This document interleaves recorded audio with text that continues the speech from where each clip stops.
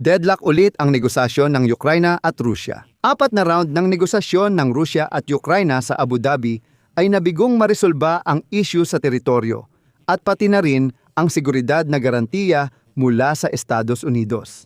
Ito ang pagtataya ng Reuters sa negotiation. Ganito ang sabi ng mga eksperto. Patuloy ang Rusya sa pag-atake sa enerhiya ng Ukraina at ngayon ay pati nuclear energy na ang inatake. Ang problema ay pumapayag si Volodymyr Zelensky na isalang sa referendum ang kasunduang pangkapayapaan kahit kasama ang usaping pagsuko ng bahagi ng Donetsk at Luhansk. Bago magbotohan, gusto ni Volodymyr Zelensky na pirmahan muna ng Amerika ang mga seguridad na garantiya pero hindi ito minamadali ng Washington at gusto nilang ibang ayos ng proseso.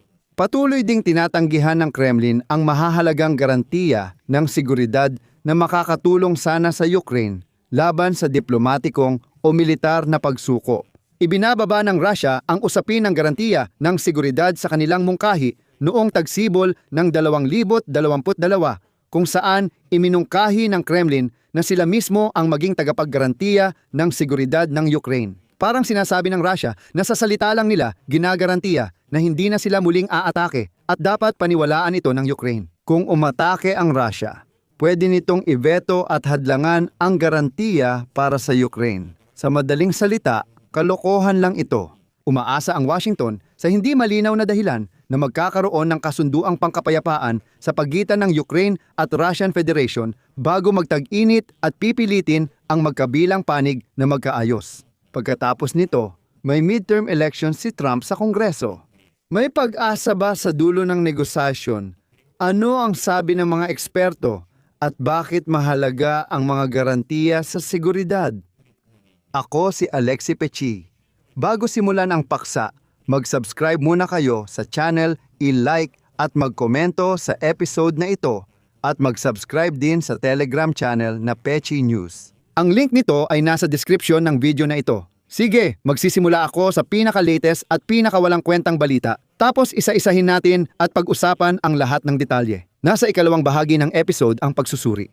Noong Pebrero 7, inatake muli ng mga Ruso ang Ukraine gamit ang 400 drone at 40 raketa. Kinumpirma ng Air Force ng Ukraine kinabukasan na nagpalipad ang kalaban ng Zircon, Kahash-100 at isa kalibra na raketa at Shahed drone. 406 na target ang nabagsak ng Air Defense. 24 na raketa, 382 drone. Kasabay nito, tumama ang 13 raketa at 21 attack drone sa 19 na lokasyon at bumagsak ang debris ng drone sa 3 iba pang lugar. Ang mga pangunahing direksyon ng pag-atake ay sa Lviv, Ivano-Frankivsk, Rovno at Vinnytsia. Sabi ni Pangulong Zelensky, ang target ng kalaban ay power grid, planta ng kuryente at distribution substation. Ipinapakita rito ang layuning alisin ang kuryente sa Ukraine, magdulot ng blackout at pilitin ang mga Ukrainian na sumuko. Ayon sa datos ng gobyerno, tinamaan ang mga substation at overhead lines na 750 at 330 kilowatt pundasyon ng energy system ng Ukraine. Tinamaan din ang Burstinska at Dobrotvorska Thermal Electric Station pero hindi lang iyon.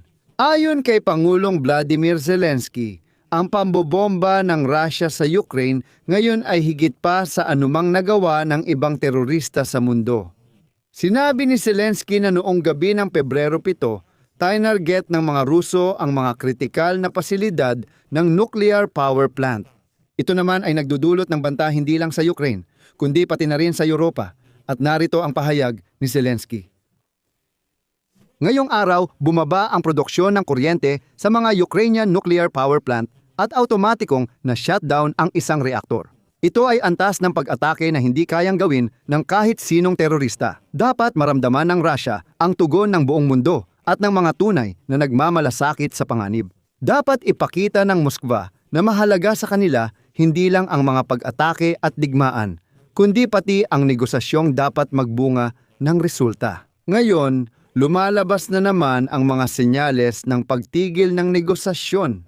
Ayon kay Zelensky, iniaalok ng Estados Unidos sa magkabilang panig na tapusin ang digmaan ng Russia laban sa Ukraine bago magsimula ang tag-init at maaaring maglapat ng diplomatikong presyon ayon sa schedule na ito. Ayon sa balita, gusto ni Trump mag-focus sa midterm elections sa Kongreso at kailangan niya ng kahit pansamantalang tagumpay. Binigyang diin ni Zelensky na matagal nang iniaalok ng Ukraine ang isang malinaw at sunod-sunod na sequence plan na magtatakda ng hakbang at takdang panahon ng magkabilang panig para sa kasunduan. Hindi basta kung kailan lang, kundi tiyak. Gusto naming malaman ng lahat ang pinagkakasunduan at kailan ito mangyayari. Gusto naming matapos ang digmaan at masiguro ang seguridad. Para sa mga Ruso, malinaw na pinapatagal lang nila ang negosasyon para sa oras, kaya hindi nila kailangan ang schedule. Ayon sa Reuters, nabigo ang 4 na round ng negosasyon ng Russia at Ukraine sa Abu Dhabi na maresolba ang pangunahing issue sa teritoryo. Iginigiit ng Russia na kontrolin ang buong Donbas at hinihiling na umalis ang sandatahang lakas ng Ukraine sa 5,000 km ng Donetsk Oblast.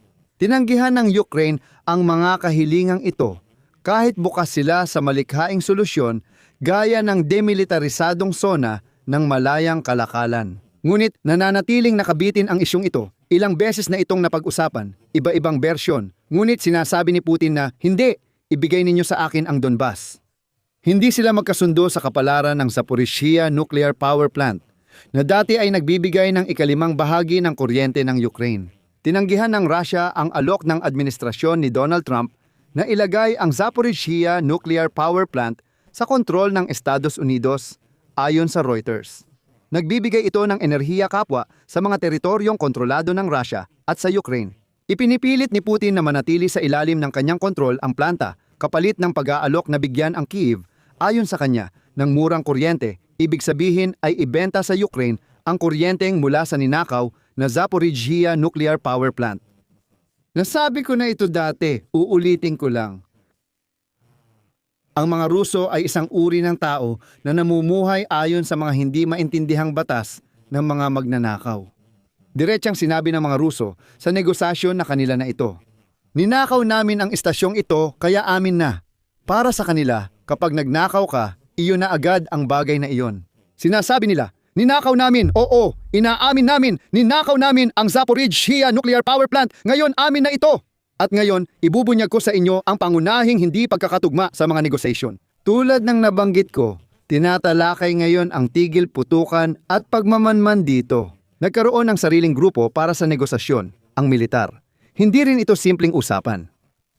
Inaasahan na ang anumang posibleng kasunduang pangkapayapaan ay ilalagay sa isang pambansang referendum sa buong Ukraine at sabay nagaganapin ang halalan para sa presidente ng bansa. Ipinipilit ng mga Amerikano na agad maganap ang botohan. Ayon sa kanila, pagkatapos ng halalan sa United States Kongreso ngayong Nobyembre, magpupokus si Donald Trump sa mga panloob na issue ng Amerika. Ayon sa mga Ukrainyano, kailangan ng 6 na buwan para maayos ang referendum. Sa Abu Dhabi, pinag-usapan ang kompromisong botohan ngayong Mayo. Ano ang kailangan para maganap ang botohan sa kasunduang pangkapayapaan? Una, matatag na tigil putukan. Pangalawa, seguridad na garantisado ng Estados Unidos. Diretsang sinabi ni Zelensky na walang kasunduan kung walang seguridad na garantiya mula sa Estados Unidos at kanluraning kaalyado. Sa anumang botohan sa Ukraine, kailangan ng tigil putukan dahil kilala ang Kremlin sa paglabag sa mga pangako, kaya makatarungan ang kahilingang ito. Pero ganito naman ang sinasabi ng kampo ni Trump. Maglagda tayo ng mga garantiya ng seguridad pagkatapos ng pagsasagawa ng referendum tungkol sa kasunduang pangkapayapaan at pagkatapos mapirmahan ang mismong kasunduang iyon. Maaaring maging malaking patibong ito para sa Ukraine. Tuloy-tuloy na tinatanggihan ng Kremlin ang mga garantiya ng seguridad na magpoprotekta sa Ukraine laban sa diplomatikong o pampulitikang pagsuko. Tinutukoy ko ang pahayag ni Ministro Sergey Lavrov ng Russian Federation na kamakailan ay kinumpirma ang pagtanggi ng Kremlin na bigyan ng seguridad ang Ukraine mula sa mga kanluraning kaalyado. Ipinaalala rin niya ang suporta sa security guarantees na pinayagan ng Russian Federation sa negosasyon sa Istanbul noong Abril 2022.